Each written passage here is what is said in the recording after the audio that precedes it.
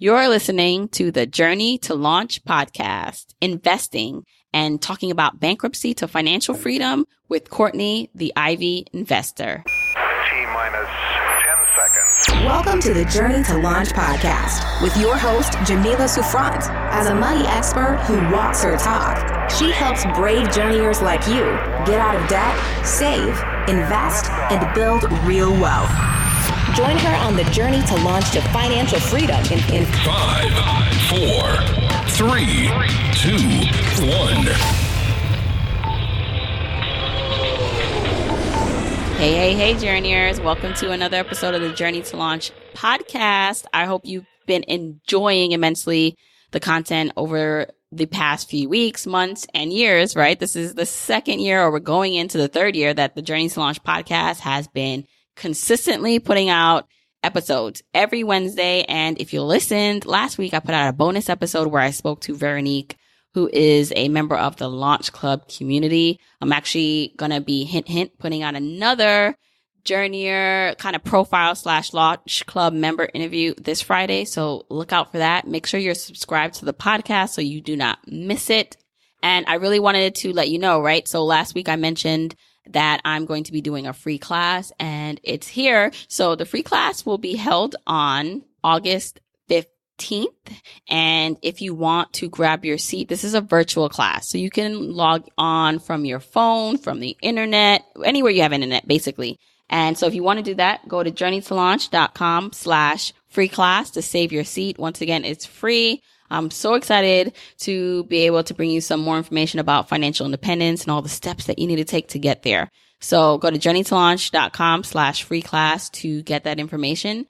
On the episode today, I am talking to Courtney, the Ivy investor. Courtney has an amazing story. I was really intrigued by Courtney. We follow each other online. She's actually been in the Launch Club, so she actually taught a course in the Launch Club. So what I do is I have expert speakers come in the Launch Club on a monthly basis to talk about and teach something that they're an expert at, in addition to all the other programming that we have on a monthly basis. And Courtney came in and spoke to us about investing and retirement investing, like really understanding that. And as you'll hear in the interview, Courtney has an extensive background. She's an attorney. She's a former stockbroker and investment advisor with over 15 years of experience in the financial services industry. I heard in passing. So this is, it's funny. People always wonder like how I pick my guests and how I choose to have people on the show. And sometimes it's just like little things I hear someone say and I'm like, I need to have them on to talk about this. So one thing Courtney had mentioned as we were talking and getting to know each other is that she helped her mom get out of bankruptcy, and her mom is now retired and basically very financially stable. And I was like, okay, Courtney, you have to come on the show and talk about that, because I have so many journeyers who they might have made mistakes in the past, or maybe they feel that they're starting too late. And here you were able to help your mom come out of such situation where some people can't get out of. So I wanted her to come talk about that and share her knowledge on investing with us. So I really think you're going to enjoy this conversation. If you want the episode show notes for this is episode 110. Go to journeytolaunch.com/episode 110. Once again, I think you're going to really like this. So sit back, take some notes if you have to, and enjoy. Okay, journeyers, I have a special treat for you. I have a special guest, Courtney Richardson from the Ivy Investor. Hey, Courtney. Hey. And we are like IG buddies, finance like buddies online. And have we met in person? No, not or at FinCon last year? Probably FinCon, right? Quickly, yeah. FinCon is kind of like there's so many people, and sometimes it's just like it's happening. It's like so fast. I'm just like, oh my gosh. But you definitely are like a supporter of the podcast. I always see you like shouting out like the episodes and sharing it with your community. And you're also just, your stuff when it comes to investing. You also came into the Launch Club and taught a class. So that was awesome when you did that. And so I definitely wanted to have you on the show, because when we started to get to know each other, like going back and forth, one, like your expertise and what your knowledge of investing, I feel like more people should hear about that. And then you had told me a story in passing. Like you didn't even make it a big deal. And I was like, oh my gosh, we need to get you on the show to talk about this. But you talked about your mom going through bankruptcy and you helped her. And then like the amazing things that she's done since bankruptcy. So all that to say, this is going to be a special treat during here. So buckle up we're in for some good information. So first, Courtney, let me know or tell us how you got into investing. That's like your thing, right? That's what you do. That's what you teach people. Yes, I've been teaching that for, oh my gosh, it doesn't feel like 5 years, but it's been 5 years. So how did I get started? It's always the funny story. So, I mean, imagine this. I feel like I'm one of the Golden Girls. I'm like, imagine this, Sicily, whatever. Imagine this, Pittsburgh, I'm unemployed. I just graduated school and I was looking pretty much for something to do. And more importantly, my parents were looking for something for me to do because I was going to go straight to law school. That was my thought when I was going to undergrad. I was like, oh, I'm going to get this degree in philosophy. I'm going to get these business classes under me. I'm going to be this high-powered attorney. And Pitt's program is like second in the nation in philosophy. At the time, I didn't really know this. And this program was so intense. I was like, oh, no, I need a break. So I was like, okay, if I need a break, what am I going to do with a philosophy degree? Nothing. There's not much out there. So, I put my resume out there. Like I did some work in college at Fleet Credit Cards, which is now like fast forward Bank of America. Did some work there. And then I worked at Bloomingdale's part-time in sales because I liked sales. And I got this call like from Monster. And they said, hey, do you want to be a financial advisor? And I'm like, all of these non-job offers I have right out here, sure, I'll like interview. So I interviewed with American Express Financial Advisors. They're now a Ameriprise. And, I ended up getting my Series 7, which is a stockbroker's license, and my Series 66, which allowed me at the time to charge for my investment advice. Now, mind you, I'm 21 years old. I don't know anything about anything. Yeah. So, and then we had to make, in that environment, I had to make 100 calls a day. And I didn't want to do that. And I really hated it. And I told my parents about it. I was like, I tried it. I gave it, the good old school try. I hate this. Please help. And they were like, listen, my dad was like, I'll cover your rent while you kind of figure out what you're going to do, but you can't just like sit in the house. So I got a part-time job at Sam's Club, which is owned by Walmart. So I got this part-time job and they said, hey, when I was signing up to work there, they said, hey, we have this stock purchase program. Would you like to sign up? And I was like, yeah, I knew about, like, I was a stockbroker, but I had never up to this point. And now I've been a stockbroker for maybe about 8 months or so, never purchased a stock for myself.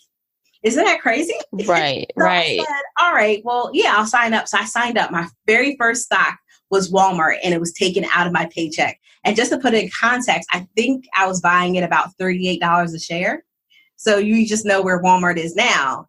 And so, where's Walmart? Let's get it. I think it's like, I'm pretty sure it's like $100 some odd a share. Wow. But let me just double check. So the symbol is WMT. And unfortunately, I know all the popular stocks or popular companies.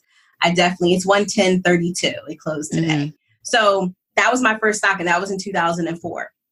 So that's like my beginnings as a stockbroker investing, kind of like there was a lag. And a lot of people feel like as soon as you are introduced to stock, that's when you just jump in. You're like, I know about stock, I'm going to jump in. And you're just like, no, there's like more to it. It's kind of like as soon as you're introduced to Spanish or another type of language, you're not automatically fluent. It takes some time to get your ear adjusted to Spanish, let alone, being able to speak the first word, let alone a sentence, let alone a paragraph and reading in Spanish. So it takes some time. So I like to encourage people, like, don't expect this to happen overnight, but when it happens, it's amazing. But it's something that takes time. It's a process. Needless to say, that was like my experience. I ended up getting into banking, ended up getting recruited by Merrill Lynch. So I had the awesome opportunity to be a 401k specialist. So I learned the ins and outs of 401k. I learned that pre-crash. So I was doing Merrill Lynch, and then I ended up getting into high net worth advising. So my average client was $3 million, had a lot of fun with that, lots of steak dinners, lots of great times, and then the bottom fell out of the market. And we kind of knew it was coming. I was working on a project in February of 2008, and I remember there was this thing called auction rate securities, and the market failed. Now, I'm not going to get into specifics, but we knew normally the big banks, or I should say the big investment houses, would clear the market. Nobody had any money available to clear the market. So that's kind of how we start to know, like, yeah, there's really a big problem here. Needless to say, in 2000, Merrill Lynch was purchased by Bank of America. 2009, I got laid off. And then I went to law school. And I lived in the Philippines for a month. Another story, another day. Wow. Lived in the Philippines, had a ball. Don't even know why I came back. But I ended up going to law school. Did that for 3 years. Then I did oil and gas. And then from oil and gas, from there, I had a lot of my friends while I was working at a huge law firm, really, really prestigious law firm. I was bored out of my mind, but I had a lot of my friends asking me about retirement. They were about to transition in their lives. They were getting married. They were having kids. They were like, I need college planning help. I'm about to leave my job. Do I roll it over? Do I cash it out? I was like, hey, hold on. And what I noticed is that people had a huge gap in their knowledge. And I was like, oh my gosh. I was like, I can tell you what to do. But the bigger issue is that we have a whole bunch of information that hasn't been covered for you to be able to make an educated decision about what's best for you. So what I started to do is I started blogging. I said, let me give you the basics of what you need to know. And then we can have a bigger conversation about specifics for you. So that's how the IB Investor started. It started in 2014. And I just started giving people basic information that wasn't really provided. As you know, there's really not a lot of basic information out there. And I feel like, especially when it comes to people of color, we're always being sold something. So we're getting information or education through a sales lens, as opposed to kind of like a basic lens. So if I give you a car that has 3 wheels, you're going to say, player, that's missing a wheel. That's Right. no good. But I get the same equivalent in the finance space. A lot of times we don't have anything to measure it against. So we don't know. Right. Wow. You just have an extensive background that just led you to where you are today. And I mean, I have so many questions for you, and I know my listeners do too. So I want to get into some technical stuff. So we're definitely going to get into some like technical questions about 401ks and after tax investing versus pre-tax, and how someone should evaluate the options in a 401k. Mm-hmm. I'm going to get into that. But I do want to touch upon your personal story first, because I think, there's always a personal, I think everyone in the personal finance space specifically, and then obviously everyone has a money story. And then usually I'm always interested to hear how you handle your own money, right? Because unlike a lot of people, you do have a great background to, knowing investing, understanding investing. So when you were going to school, did you have a lot of debt? Did you have any money humps to get over yourself as you were on your journey? So I am licensed in West Virginia and Pennsylvania to practice law. When you go through the practice, getting ready to practice law, you have to go through the bar exam, which everybody knows about. But there's another section called character and fitness. So basically, do you have the character to practice the bar? One of the things that they looked at is your finances. Well, I was very irresponsible during law school. And not even really during law school. When I was laid off, I got a lot of money and I did not spend it wisely. So when I went into law school, I was kind of like, oh, whatever, whatever. And I had my last 2 years of law school paid for. And I had a stipend. I just was not really paying attention to anything. So I let kind of credit cards go to waste. I was kind of like, oh, well, I'll just pay those later. Did all of this. Now, lo and behold, chickens come home to roost. And West Virginia, I just had explained things and they were like, whatever. Pennsylvania was like, oh no, we're not going to allow you to practice until you take care of these issues. So needless to say, I almost did not get admitted to practice law in the Commonwealth of Pennsylvania because of my credit. Wow. And at that point, so during that process, they made me pay off all of my credit cards. But I was already starting on that process when I did get employed, even before Pennsylvania made me do it. So I was kind of already beginning the process. But I used the snowball method. I was kind of like, all right, we'll just deal with this one first. We'll deal with this one and we'll deal with that one. And do you remember how much you had? How much debt that was? It was maybe $7,500. It wasn't a lot. But for a law student with no money, it was kind of yeah. So that was kind of what I had to take care of. So I did pay it off. I paid it off maybe in a couple of months because I had to, and I had the extra money. So was it, it seems like you definitely were motivated to pay it off as quickly as possible because you had this it was looming over you to get rid of it. But it seems your mindset shifted, but what are the action steps that you took to pay it off? Were you just all right, I'm going to cut out doing X, Y, Z, or you literally had the money, you just had to manage it and just use it to pay off debt?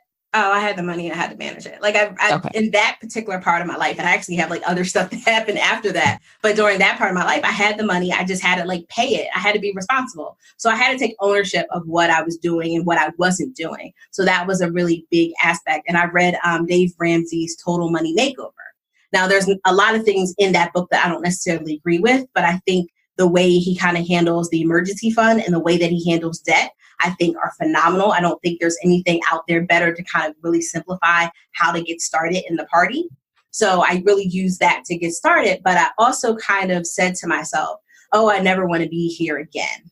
But funny story, ended up there again. So Talk to me. Right. So that's the crazy stuff. So fast forward, I ended up leaving the job that I was working at. I mean, part of the reason why I started the blog is that I was currently unhappy. I love writing. I'm a very good writer. And I was being told every single day, oh, you're not a good writer. Your writing is not good enough. And I was like, oh, player, hold on. How is that even possible? Like, I know who I am, what I do, blah, blah, blah. Like, you can say a lot of things about me, but my writing is not one of them. So again, I said, let me just take myself out of this toxic situation. So I ended up going back to school and getting my LLM. But at that point, I hadn't transitioned back to having less money. So LLM, just for people who don't know, that's also like a legal degree? Yeah, so it's a degree above the Doctor of Jurisprudence or the Juris Doctor. So it's a specialization in law. So I have a specialization in law and tax. That is my specialization. Now, I've heard, is that where someone can do an LLM instead of getting a law degree? Is that an option? No, because I feel like I've heard before, like instead of becoming a lawyer, there's something else you can do. You're not considered a lawyer, but you can still do something with law. I don't know. Maybe I'm. There's a couple of different places. Like there's some states that don't require you to go to a law school. They just require you to do apprenticeship. So like Kim Kardashian is doing an apprenticeship in California because California allows that. And there's also in the financial space and the tax space, there's 3 types of people that can represent you in front of the IRS tax court. So that's a CPA, an attorney, and an enrolled agent. So those are the 3 types of people that can do that. But beyond that, that's pretty much it. I mean, there's some people that can be paralegals. Right. You're limited. You can't really represent people. You can do the legal work, but not represent.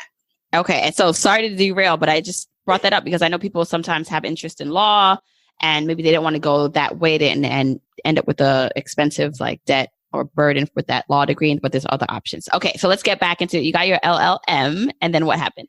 So I got I started the program. I was just all over the place because I feel like you have to be very careful about monitoring your space.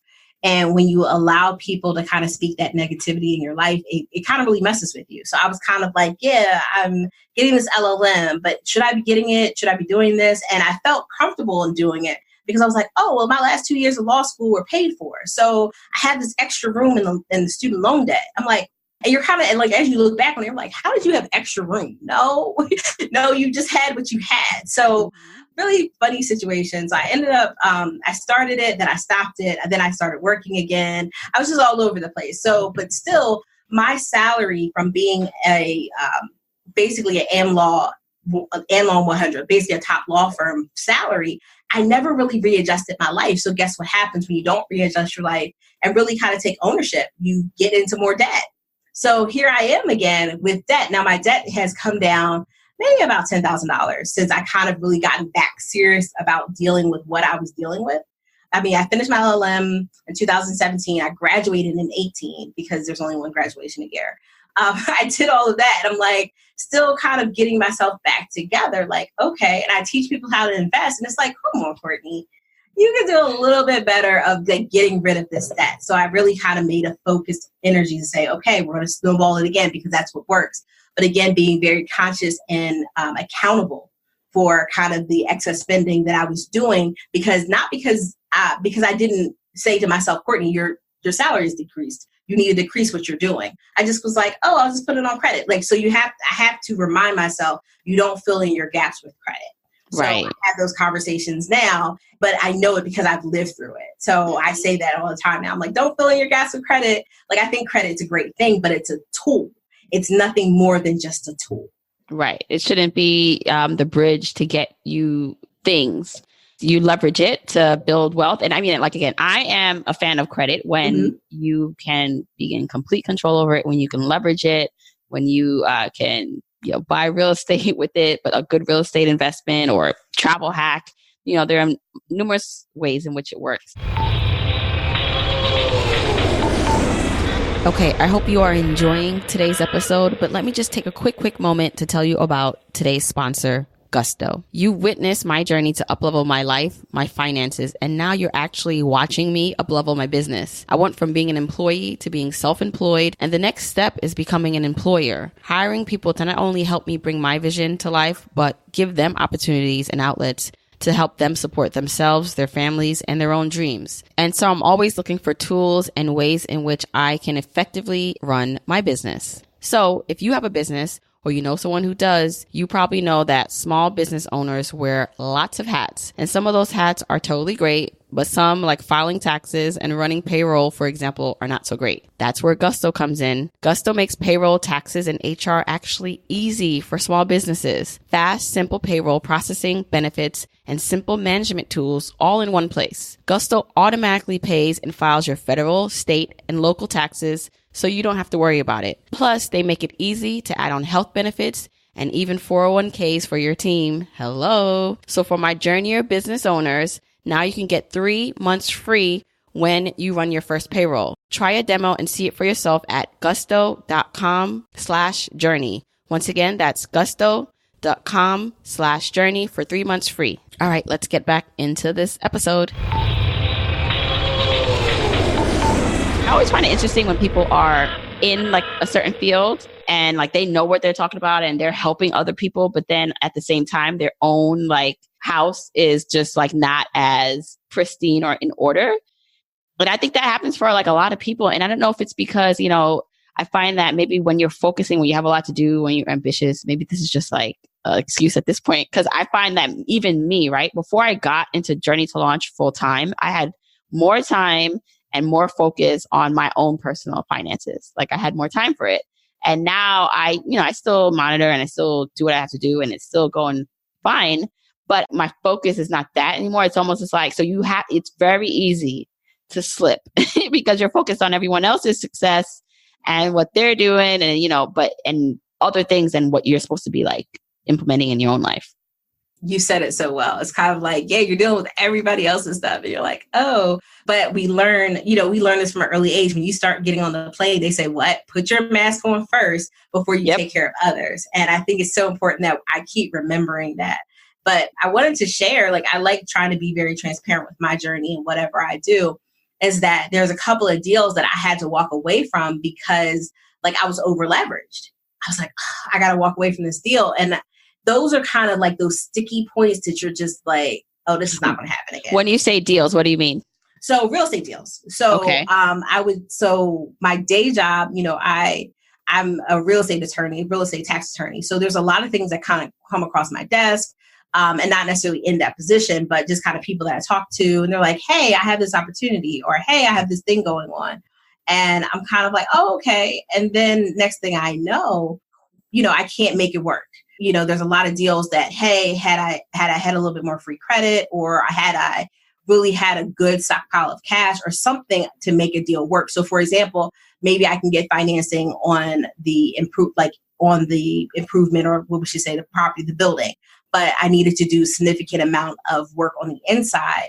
And I probably needed a line of credit to get it started. Well, I'm over leveraged. So I don't want to add to the pot if I can't really deal with what I have going on. And when you're doing flips, you have to be very mindful that the flip budget that you have going on is not necessarily the flip budget on the other end.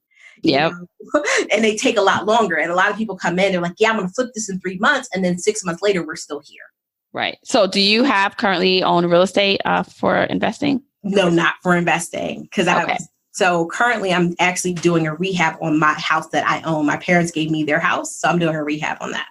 Okay. All right. So speaking of parents, let's go into the story about your mom, if you care to share, because what really stopped me and made me feel like I wanted to tell the story and you to talk about your mom going through bankruptcy and all that you helped and what she's done now is because I feel like there's so many people who are going through that, maybe their finances are a mess and they hear about this idea of financial independence, they listen to the podcast, or they have family members that are in that situation and they kind of feel like, is there hope for me? So I want them to know there is hope. So can we talk about what happened with your mom? Yes. I kind of laugh about it because my mom, that whole situation kind of grew along with me. So my mom filed for bankruptcy, I guess it was around 2002, 2001. So she was in a Chapter 13 bankruptcy, which is a reorganization. So your creditors get together and say, this is what we'll take. And they kind of split it up and you have a monthly payment. But one of the biggest things about Chapter 13 is that you have the monthly payment to basically kind of make your creditors whole or whatever they agreed to, but you have to keep current in your current bills. So that's kind of how her 13 was set up. A lot of people, and I like to share this about 13s, a lot of people do not finish their 13 at all. When you say not finished, like they can't keep up with the payments? Correct. So what happens after that happens? When you're done 13, you're discharged. I believe they just basically, everything gets turned back on. Basically, like it happened, but it didn't happen.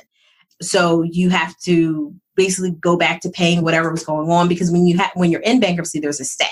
So your creditors can't call you, like they have to go through the bankruptcy trustee. There's like, you pretty much like think about it as like a wall. Right. Like you have like the bankruptcy wall. They can't come to see you, whatever. But if that wall kind of comes down because not because you're done, but because you didn't follow in compliance with your bankruptcy plan, they basically come back for you. Mm. So, and then also on the other side is that you're limited to the amount of times you can file for bankruptcy too. Like there's a lot more to it. Like I would say back in the day, but before the bankruptcy laws were a little bit more lenient and a little bit more loosey-goosey, and they started cracking down on it. So they require, I believe, financial counseling before you even get involved. There's a lot of different steps ahead of it that you have to do. Right. So she filed for bankruptcy and now she has a plan, right? That she now has to pay off that debt. It makes me think, growing up, was money something discussed in your house? Did you feel like you had a good financial footing, or how did that work? I don't know. I always kind of say, people are like, what happened? So I grew up, pretty solid middle-class household. My mom's a nurse. My dad was working. He worked a couple of different jobs. I was born outside of New York because my dad was an executive for McDonald's. So I was like North Jersey type. And then we moved back. So I'm from Philly. So we moved back to Philly once my dad left McDonald's. He got into like some other jobs, but he's actually a teacher by like degree. So, but I share all of that to say, like, very good jobs. We lived in a really nice house. And then in 1994, my parents split up. My parents divorced. And then I think that's where things went I wouldn't say they went left, but that's pretty much what caused my mother's bankruptcy. Mm. So they ended up my mom is a saver. My dad is a spender. And they are very much the same still to this day. And that being said, is that really caused a lot of problems for my mother because they just could not seem to get on the same page with the money. And I don't know what the real cause of it, but I knew that was a big deal for both of them, that they weren't on the same page with money. That being said, is that my mom ended up falling into a depression, I want to say sometime when I was in high school. So I remember when I was in high school, the lights were cut off. It was just kind of like, this is not working. And my grandmother is amazing because my grandmother lives three blocks down the street. So that worked out really well because my mom was just like, listen, I can't really do much with you. Not in a bad way, but just, if we don't have any lights, I don't know what we're going to do. So right. I went to, stay with my grandmother, and she was such a great helpful support just to kind of fill in the gaps. But again, that gives you an idea of but then at the same time, my dad's still like chilling, living life, whatever, because he's a spender. So, at the age of 17, I had a car, I had a cell phone. And then when my mom started working, I had three-way calling and caller ID. Like there was no reason on earth that I had all of those things. So It's kind of like on one side, like it's like a pendulum swing. You're like, one side, we're without lights one day. And then the next day, I have a car, I have a cell phone, like in 99, a car, a cell phone, all these things that I didn't really need. So it kind of created this really interesting space growing up. And I always kind of felt like when I say, like, I don't know how I was or felt about money, but there was always something going on. Like I always felt like, well, maybe we don't have enough. maybe we don't have enough, but then like you kind of see all this excess. Right. So it was a really interesting space. But I think my mom being a saver really helped her when we had to get it together when she was in bankruptcy. So she's in bankruptcy. How did she work her way out of that situation? And I know you said that after that, she's done some great things. So let's talk about that. With her bankruptcy, she said to me in 2005, she's like, I want to retire in 10 years. And I was like, This is before or after the bankruptcy? This is during the bankruptcy. During, okay. Because the bankruptcy program is about 5 years. So I think she got in about 2002. She got in about 2002. She was like, yeah, I want to retire in 10 years. And I was like, and at this point, she was working a job, but her job, she was actually on short-term disability because she was like working too much. Because again, she has to keep up with the bankruptcy plan. So she had to pay a $1,200 mortgage. She had an $800 plus bankruptcy payment. So $2,000 every single month is going out the door before anything else. So she was like working a lot. So she ended up having, because I wasn't living here at the time, I was living in Pittsburgh. So she was really like overwhelmed and tired. So she ended up going on sick leave. But while she was on sick leave, her unit closed. So she's a nurse, unit closed. So now she's on sick leave. Now she's on unemployment. So I come home, and at this point I said, you know what, it's time for me to come home. So I come home, and we really had to like assess what was going on. But she says to me during this assessment, well, I want to retire in 10 years. I can retire in 10 years. I was like, wait a second. Don't you know that you're bankrupt, without a job, without a working car? Like, don't you know we have all these problems? Right. Are we not understanding the problems? And she was like, so, like, pretty much she took the position like, so I'm going to retire in 10 years. And I was like, we just cleared, and she had a small 401k that she wasn't even contributing to. It was contributed to on her behalf by her employer. So there's about $10,000, and we had to take that out to get her caught up in bankruptcy and the mortgage. And I'm like, do you know what just happened? You know, you're trying to like kind of bring her down to earth to say, this isn't quite going to work. I don't know. And, you know, I'm in my early 20s, and she's just like, kind of like, okay, well, whatever, make it work. And I'm like, I'm 2 years out of being I just became a financial advisor. Like I'm working at a bank. I'm like, I don't know. And in my head, I'm going, I don't even think I have the skill set to do this. So I look at her Social Security statement. I was like, okay, I think we can do this. I said, well, mommy, because there was a big gap or a big jump between age 65 and age 66 in terms of how much she was going to be getting every month. And I said, all right, you want to do this? I need you to give me 66. Wait, 60 cents? 66 in terms of her year. 66. So, okay, wait, you got to give her until she's 66 years old. Okay. So she said 65. And I said, no, give me 66. Okay. And she said, okay, 66 it is. So we worked. So the first thing that we took care of is that, like I said, we had to assess what was going on. I had to see what everything was. And like I said, she was behind in her bankruptcy. She was behind in her mortgage. She's behind all over the place. So we were almost in a place where they were saying, oh yeah, we're going to kick you out of the plan.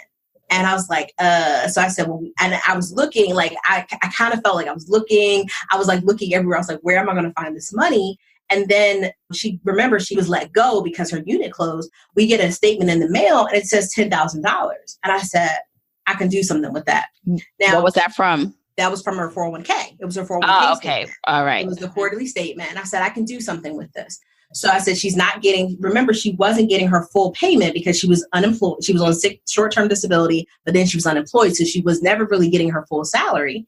So I said, we can plan for her taxes because remember, she's going to have to pay 20%. She's going to have 20% withheld off top if she's taking the money out of her 401k, but she's also going to be liable for taxes, anything that the 20% didn't cover. But when I ran through her taxes real quick, I said, I think that 20% is going to be just right based on everything else. And she wasn't going to be subject to the 10% penalty because there's a rule in the IRS code that if you retire or leave work at 55, you're not going to be subject to the 10% penalty. So I knew that from being a financial advisor. And I said, okay, I think we can make this work. So I got her caught up in the bankruptcy plan, got her caught up in her mortgage. And I said, okay. And based on with that $8,000, right? Because that $10,000, she got 20% to taxes, $8,000 now that you have. Now you get current on everything. Okay. Correct. We're there. So I was like, okay. So I said, now we're cooking with oil because at least we're at ground zero. Like before we were in a hole, but now we're at zero. So I was like, okay. this is okay. And then she ended up getting a job. So I was like, okay, now we're back moving forward. So we start paying everything, paying her bankruptcy on time. And then I said, okay, now that we are paying your bankruptcy on time, you're paying your mortgage on time, our first goal is getting you done with bankruptcy. The next year, so that came home in 2005, 2006, we were done. We were completely caught up. She was done. Was that the scheduled end date, or she was paying more? Right. Awesome. So, right. So she was serious. So basically, you guys got really serious. Like any extra money were thrown at the bankruptcy payments to get rid of that fast. Correct. Okay. So, I mean, and we didn't have to do any extra money on bankruptcy. I just think that there's something built in there that allows you a little bit more time, I guess, because her attorney commented to me, she said, I've never had somebody file to actually finish their bankruptcy plan that early. Yeah. Okay. I was shocked about that. Okay. Wow. All right. So she's out of bankruptcy. You're doing good. Like, how does she then retire, within that time frame that you had for her? So we focused on the house next. By focusing on the house, I said, okay, well, now we have to get rid of this house, and not get rid of it, but get rid of the house debt. But I also wanted her to focus on her retirement. And a lot of people think I have to take care of all my debt before I can start investing. But because we had such a short time period, we couldn't do it that way. So we were going to have to I said, Mom, I'm going to at least put you up to your match. So the match that she was getting from her employer when she was doing her bankruptcy payment. So even though but she's very frugal. So that helped a lot. Mm-hmm. So we didn't have to do a lot of stretching, but I said, listen, while we're dealing with bankruptcy, we'll deal with bankruptcy. And then after that, then we'll be able to contribute a lot more to retirement and paying off the house.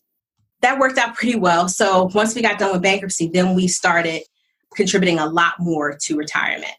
And we weren't able to quite max out until she paid off her house. So the thing was, we said bankruptcy first, then we said the house, and then retirement was kind of like catching everything else. So we consistently invested while she was in bankruptcy. We consistently invested as we were paying down the house, but as it was kind of like a crescendo, as one thing went down, we increased another pocket. So, and one of the things that I did with her house is that I printed out her amortization schedule, because I wanted to make sure that any payments we were making that were extra were going to principal. Because initially when I started making overpayments, I saw that her principal balance wasn't going down. And I was like, what's up with this? So I call up and I say, hey, we're making extra payments, but they're not being applied. And they said, oh, no, they're being held in suspense until you get a full payment. That's when it's going to, a full payment, that's going to be moved over. And I was like, yeah, no, that's not going to work. So what is our better suggestion? And the woman said, your best suggestion is that you write a check and put principal only in the memo. So that's what I started to do. So I was making her payments online, her full mortgage payment, but then I started doing principal only checks. So I would say, okay, so principal only. So every single month we would put more money to the principal. It sounds like she was really funneling, and I don't know what around her income was, but a lot of her income to now paying off the mortgage and investing. So you said that she was frugal, but you were also helping her manage that, make the payments for her. And I'm just amazed. Okay. So we're going forward. She's now paying things off. Well, she paid the mortgage off. She's investing and maxing out. So she maxes out her retirement stuff at some point. So after we got done with the house, so the house was due to be paid off in 2019. 2019. Yeah. It's this year. The house was due to be paid off in 2000. Wow, that's crazy. I'm sorry. That just came to me. So the house was due to be paid off in 2019 this year. And we ended up paying it off in 2012. So with all the principal payments, we were able to do that. So from 2012 to 2016, that's when I had her max out her account. And when maxing out the account, I think it was $16,000 was the most she could contribute, or maybe it was 20, because she was at this point, she's over the age of 50. So she was able to contribute the catch up. Mm-hmm. So we had the catch up, we had our regular payment, we had a lot of things going on that we were contributing. And we had to make sure, one of the things when you're maxing out, you can actually get ahead of your match. So if I max out maybe in November, but your match is being contributed every single pay, you're going to lose out on not getting your full match, because your match shuts off when you shut off in your program. Okay. So I knew that from when I was working at Merrill. So I said, okay, I need to figure out a way to make sure that I'm getting, she's contributing all year so she gets the full benefit of the match. Right, right.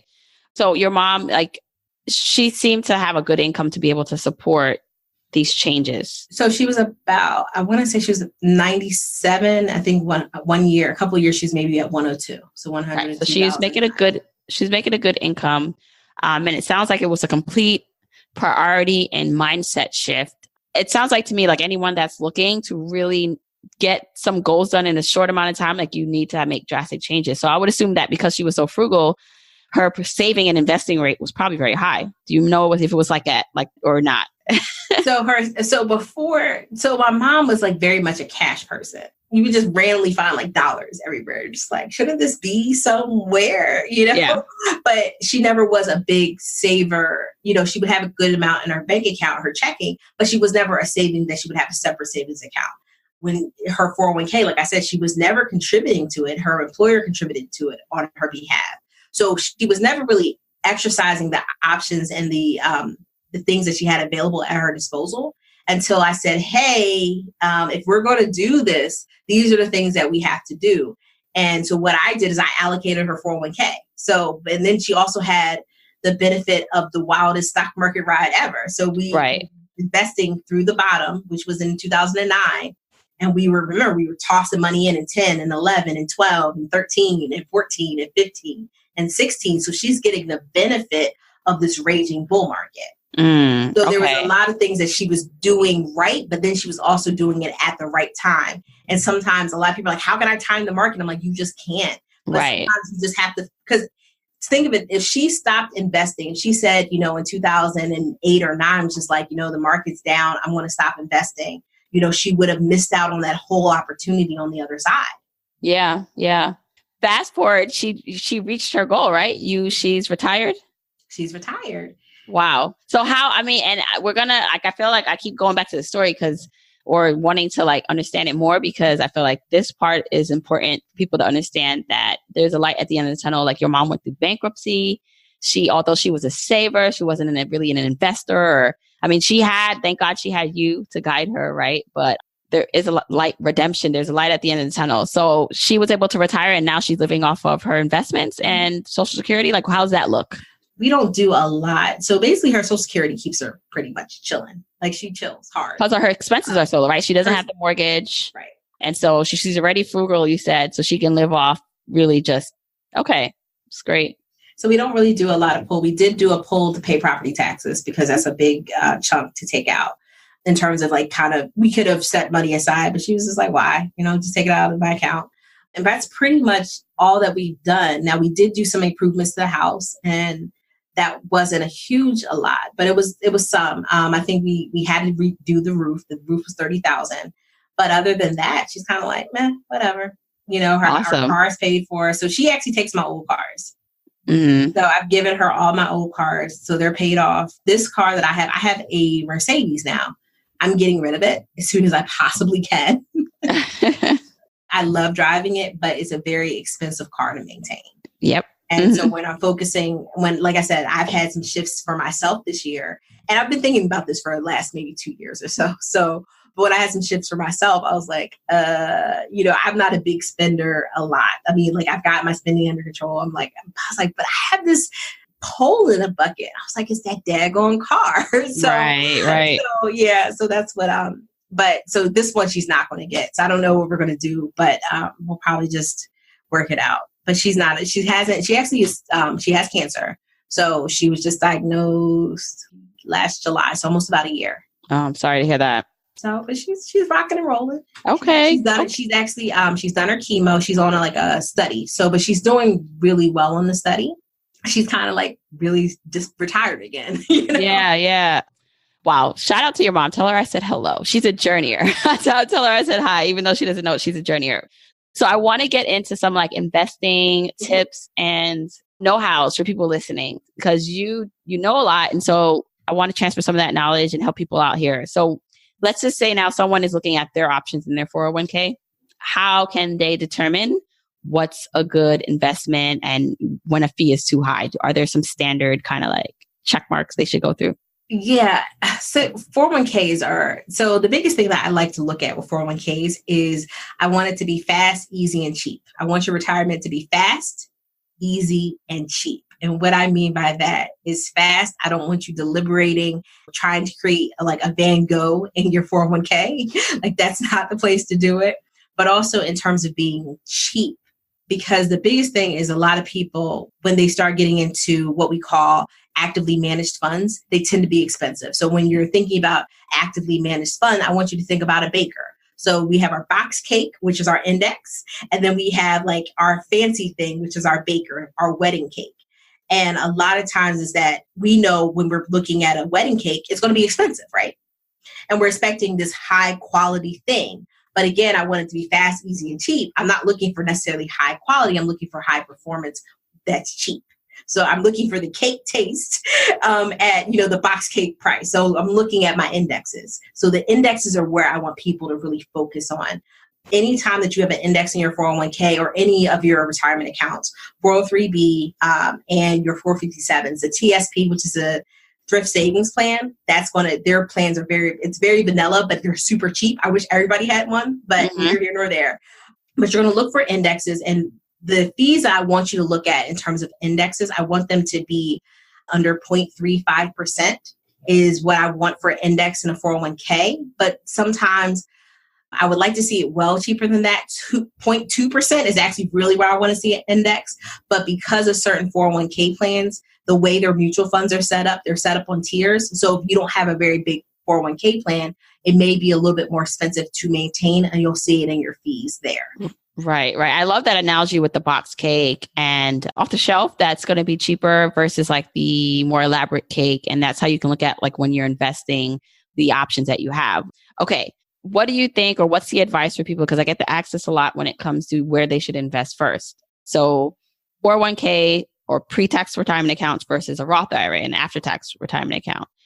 So in the early retirement space, there are different thought processes all over, right? But for the early retirees or people in the space, they have the money they expect that these years are their higher earning years. So therefore, they want to do more pre-tax investing and max that out, because whenever they reach early retirement, or that's going to be their lower earning years. So let's just say tax rates, we don't know what they're going to be, but they remain the same. They'll get taxed at a lower rate when they take that money out. But then at the same point, I've heard, and I know that like maybe at a certain income level, it makes sense to do a Roth IRA first if at your current income level, and then go back to a 401k. I think it's different for everyone, but if you just have some guidance or thoughts around that, I'd love to hear them.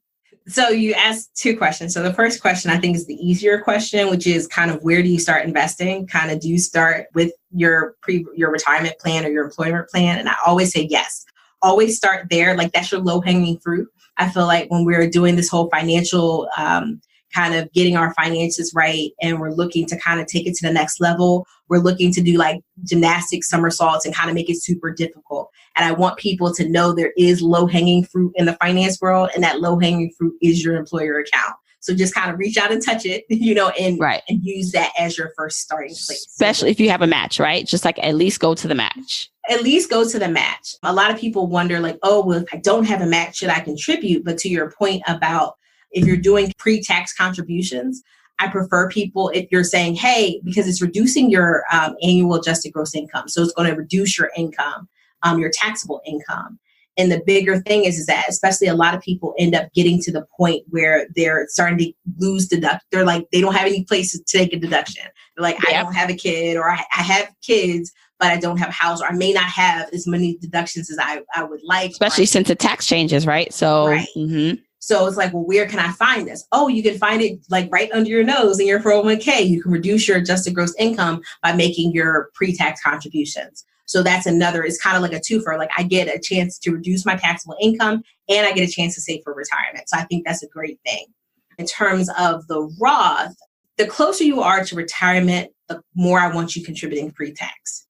The further away from retirement you are, I want you to contributing to a Roth. Perfect world, I want you to contribute to both. Yep. So you kind of mix it up, like, you mix it up in retirement. So you're not being taxed, but you're not also losing the benefit of the pre-tax deduction early on in your life.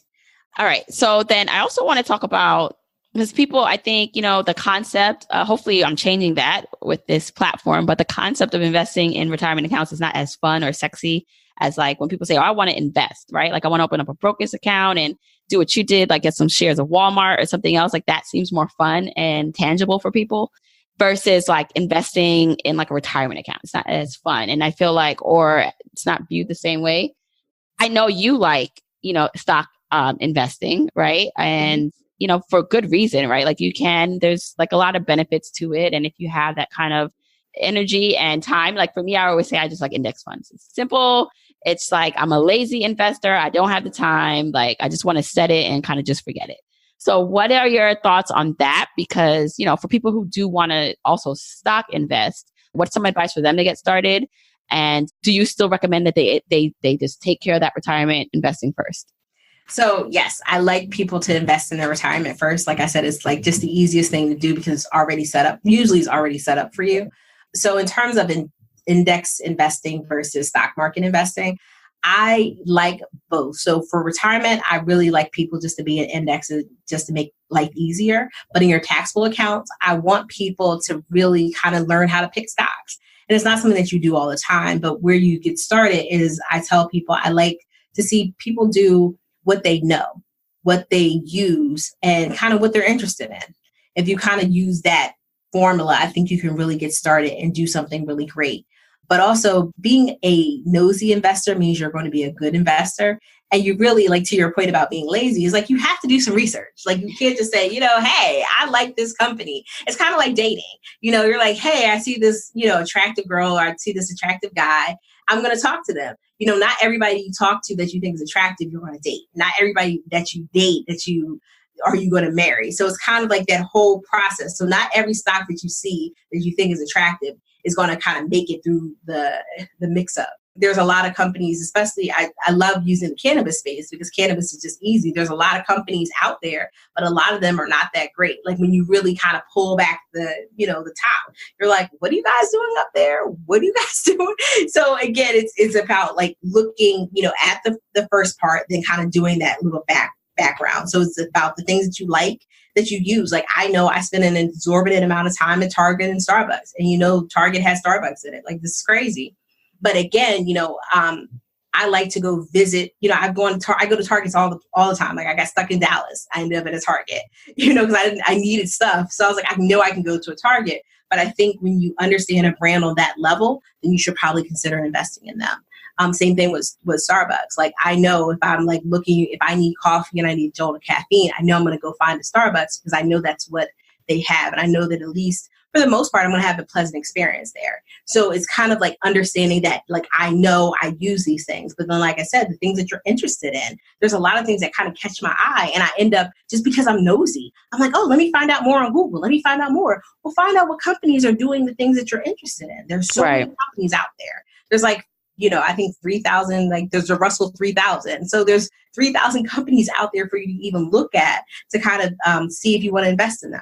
So when someone now is saying, all right, I'm taking care of some retirement investing, and they're in the great point where they're maxing that out, right? They're maxing out their retirement accounts. Awesome. And now they're like, all right, I want to do some taxable investing. What's a good first step? How easy is it to get started? Well, I think just to get started, I probably would open like a Robinhood account. Robinhood's so easy. You just open it up, boom, you're started. And then from there, it's like, okay, like you make a list of the top 10 things that you use on a weekly basis. Just starting there, kind of research it. Like, I mean, if you live in Pennsylvania, a lot of people are like, I go to Wawa every day. And I'm like, well, Wawa's not publicly traded, so we can move on from there. But, a lot of things that you may use, like even, especially in the medical field, I think the medical field is probably like the easiest place ever because there's so many things that they come across every day in terms of the pharmaceutical industry, in terms of medical devices. And they know what is really, really good. And they know my mom's in the medical field, so this helps. What's really, really good and you know what's not so good. So that happens for them all, for people in the medical field all the time. So again, just really getting into that. So you open your Robinhood account, you do a little bit of research. You're like, hey, I see this kind of thing that came across my desk that I thought was really cool. Or I use this needle that was crap. Or I use this needle that was amazing. So I'm like, I use this needle. What is it made by? Oh, it's made by BD. Well, let me look up BD. And then you find out about BD. Oh, BD's publicly traded. Now I can go see if I can buy DD. So it's kind of like, it's about being it's kind of taking the curiosity to the next level about being an investor. It's taking your everyday curiosity beyond just everyday curiosity. It's kind of like making money off of curiosity. So stock market investing is making money off of your curiosity. I love that perspective. Okay, Courtney, like I said, guys, she knows her stuff. Wonderful story. And let everyone know where they can find you. So you can find me on my website. So www.theivyinvestor.com. So that's THEIVY investor. I'm also on Instagram as the Ivy Investor. I'm on Facebook as the Ivy Investor, and I'm on Twitter, but I don't tweet that much as the Ivy Investor. So pretty much everywhere I can be found. Right. And I will link all of your contact in the episode show notes. Thanks so much again, Courtney, for coming on the show. Oh, thank you for having me. How was that? Did you enjoy that with Courtney?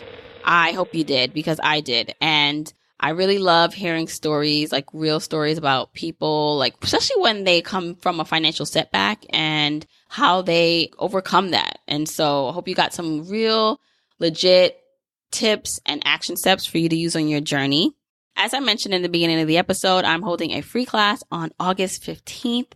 You can sign up. It's a virtual class. So meaning you can log in wherever you have internet. So you're from your phone, your computer, your tablet, wherever. Just go to journeytolaunch.com/free class to find out more about that.